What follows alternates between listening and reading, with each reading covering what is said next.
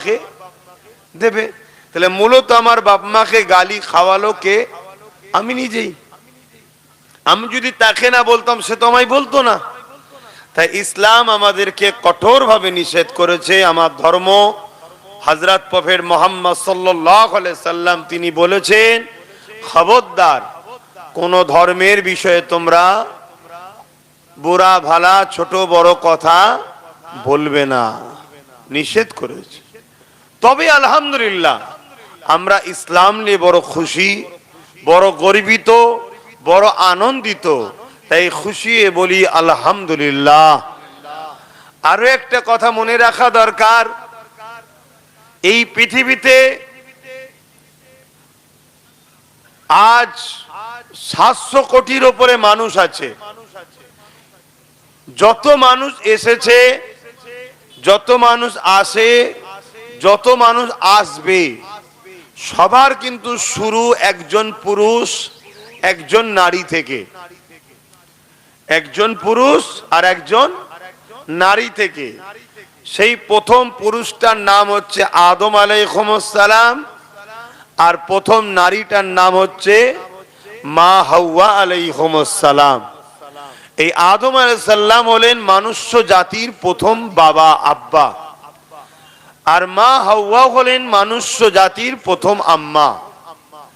অর্থাৎ মুসলমান হোক, হিন্দু হোক, আদিবাসী হোক, সাঁওতাল হোক, মতুয়া হোক, খ্রিস্টান হোক, ইহুদি হোক, দুলে হোক, যেই হোক, মানুষ যে প্রত্যেকটা মানুষ, সবার প্রথম বাবার নাম হলো আদম আর প্রথম মায়ের নাম হলো হাওয়া।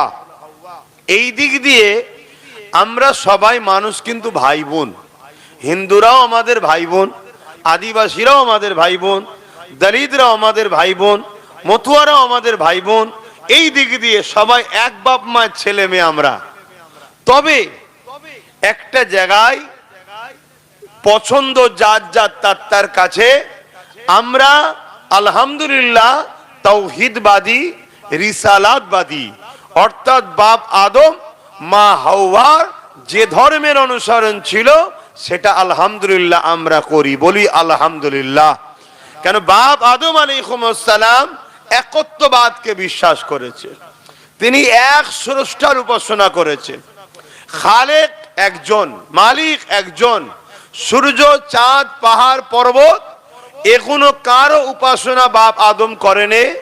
এগুলোকে যিনি বানিয়েছেন সেই মালিক, সেই খালিক মহান আল্লাহর উপাসনা বাপ আদম করেছে। আলহামদুলিল্লাহ আজ লক্ষ লক্ষ বছর পরও আজকে আল্লাহ আমাদেরকে সেই তিনারই উপাসনা করার সুযোগ আল্লাহ দিয়েছে, তাই বলি আলহামদুলিল্লাহ। মা হাওয়া তিনি এসেছিলেন জাজিরাতুল আরব, আমার নবীর দেশে, আর বাপ এসেছিলেন হিন্দুস্তান, এই ভারতবর্ষে। আপনারা খেয়াল করে দেখবেন পুরো পৃথিবীতে যত ধর্ম আছে একটা করেও স্যাম্পেল হলো ভারতবর্ষে আছে। পৃথিবীতে যত ধর্ম আছে ভারতবর্ষে স্যাম্পেল হিসাবে একজন হলেও আছে। কারণ এটাই, কেন? প্রত্যেকটা মানুষের বাবার দেশ, আব্বার দেশ হলো ভারতবর্ষ। তাই এদেশে সব রকম কোয়ালিটি রয়েছে। কেন এসব দাও? সিম্পল কাঠের চেয়ার বা প্লাস্টিকের হাত রাখার চেয়ার দিতে পারো না? আমি লম্বা মানুষ, এসব দিলে অসুবিধায় বসতে। একটু প্লাস্টিকের চেয়ার হলে হাতে ভর দিয়ে সোজায় বসা যায়। একটু হাত রাখা প্লাস্টিকের চেয়ার নিয়ে আসছেন, বড় বড় যেগুলো হয়। তো ভাইয়েরা আমার, কথাগুলো কে মন দিয়ে শোনেন, কেন এটা জানতে হবে।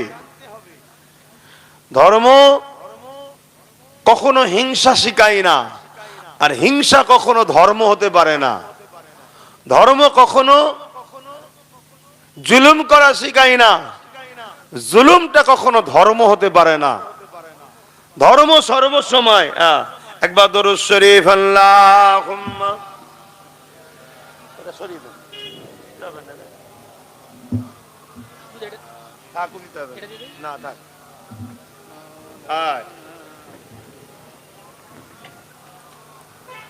এবার একটু জানটে আরাম হলো, ও যেন মনে হচ্ছে জান বেরিয়ে যাবার খাপ হচ্ছিল, কেন খুলতামো তো ঢুকে যাচ্ছে, আর লম্বা মানুষ এখানটা মুচকে গেলেই তো আর কথা বলতে কষ্ট হচ্ছে। আর সব সময় তো পা ঝুলিয়ে বসে হয় গাড়িতে নাই মেম্বারে, সব সময় তো এই হচ্ছে। তো ভাই আমি যে কথা বলছি, আমার আব্বা আমার ভাইয়েরা দূরে মা বোনেরা একটু মন দিয়ে শোনেন, কেন আজ আমাদের সবার আব্বা আদম আলাইহিস সালাম এই ভারতবর্ষে এসেছিলেন। আজকে সেই ভারতবর্ষ কিন্তু নতুন করে আবার ধ্বংসের দিকে যাচ্ছে। আর এই যে দেশের কথা প্রথমেই বলছি, জিনাল্লি আলোচনা, তিনি দেশকে প্রেম করা শিখিয়েছে, জোরে বলুন সুবহানাল্লাহ। তিনি নিজে নিজের মাতৃভূমির জন্য কেঁদেছেন। হযরত প্রফেট মুহাম্মদ সাল্লাল্লাহু আলাইহি ওয়াসাল্লাম, তিনি মক্কা তিনার মাতৃভূমি, তিনি মাতৃভূমির জন্য কেঁদেছেন। মাতৃভূমির ওপরে যে জুলুম, যে অত্যাচার, যে স্বৈরাচারী হতো, যে দুর্নীতি হতো, যেভাবে পাপাচার মক্কায় ভরেছিল, এখনো দেখে আমার রাসূলুল্লাহ বড় ব্যথিত হয়েছে। যখন তিনি ন্যায়ের পক্ষে, দেশ ও দেশবাসীর পক্ষে, মাতৃভূমির বাসীর পক্ষে মানুষকে যখন বাঁচাবার জন্য কথা বললেন, তখন ওই সময়ের জালিম স্বৈরাচারী যারা ছিল আমার রাসূলুল্লাহর উপরে অনেক অত্যাচার করেছেন। একদিন মহান স্রষ্টার হুকুমে আমার নবী পাক হিজরত করে ইয়াসরিবে চলে যাচ্ছিলেন, তখন বারবার দু কদম করে আগায় আর মাতৃভূমি মক্কার দিকে দেখে আর চোখের পানি ফেলে কাঁদে আর জবানে বলে, মক্কা আমি তোমায় ভালোবাসি, জোরে বলুন সুবহানাল্লাহ। তাই প্রত্যেকটা মুসলমান কে কি করছে আমি জানি না, তুমি যখন মুহাম্মদ সাল্লাল্লাহু আলাইহি ওয়াসাল্লামের অনুসারী বলছো, তোমাকেও হৃদয়ের মধ্যে জবানে কথা যেন থাকে, ভারতবর্ষ আমি তোমায় ভালোবাসি, কেন এটা তোমার আমার মাতৃভূমি।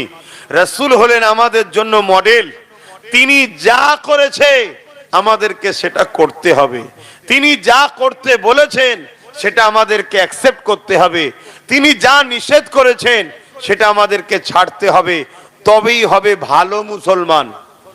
মুসলমান তো অনেক, ইমানদার কথা আছে। ইমানদার তো ওই ব্যক্তি যে রাসূল পাক সাল্লাল্লাহু আলাইহি ওয়াসাল্লামের সুন্নতে জীবন গড়ে। সুন্নাত কাকে বলে?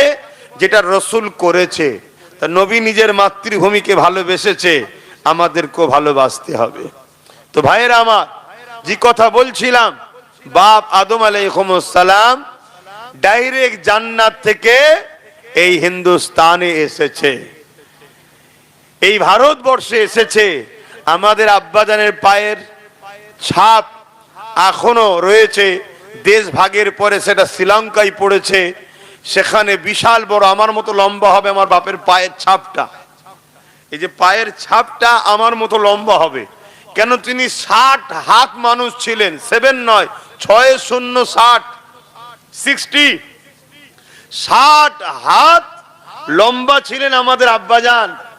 আর জান্নাতও আমরা যখন যাব সবাই 60 হাত করে লম্বা করা হবে, জোরে বলুন সুবহানাল্লাহ।